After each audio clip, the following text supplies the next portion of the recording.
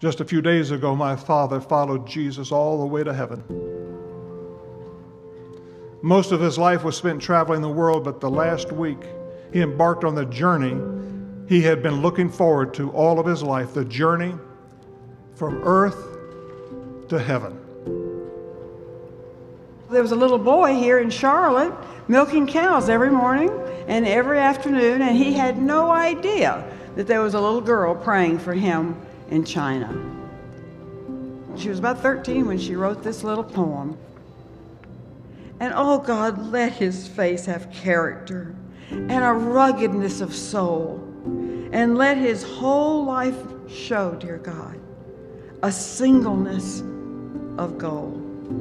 The Lord answered every single one of those prayers at Mother, and many more. I have learned this week as never before that everybody has a Billy Graham story, but I have my own Billy Graham story.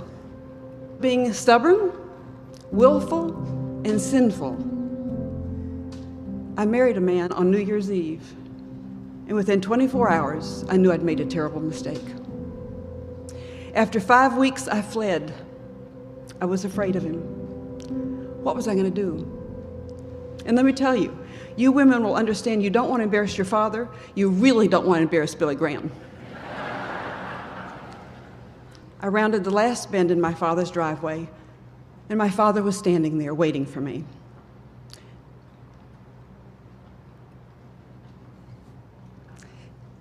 As I got out of the car, he wrapped his arms around me and he said, "Welcome home."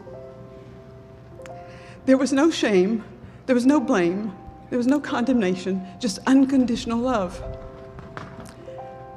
And you know, my father was not God, but he showed me what God was like that day. I know what he would want me to say today is heaven is coming again and would like to take you also. I believe from heaven's perspective that my father's death is as significant as his life. And I believe God is saying, wake up, church, wake up, world, wake up, Anne. Jesus is coming. He was faithful, he was available, and he was teachable. May we all be that way. I can only imagine what it was like for my father to step into heaven, and there was the Lord Jesus Christ to say, "Well done, good and faithful servant." Not because it was Billy Graham, it's just another child of God had come home. Another child of God. Not because I've worked my way up, and not because I'm good, or not because I've preached to great crowds of people. I am saved because Christ took my sins on that cross. You see, I'm prepared to die. In fact, I'm looking forward to it. And when you're prepared to die, you're also prepared to live.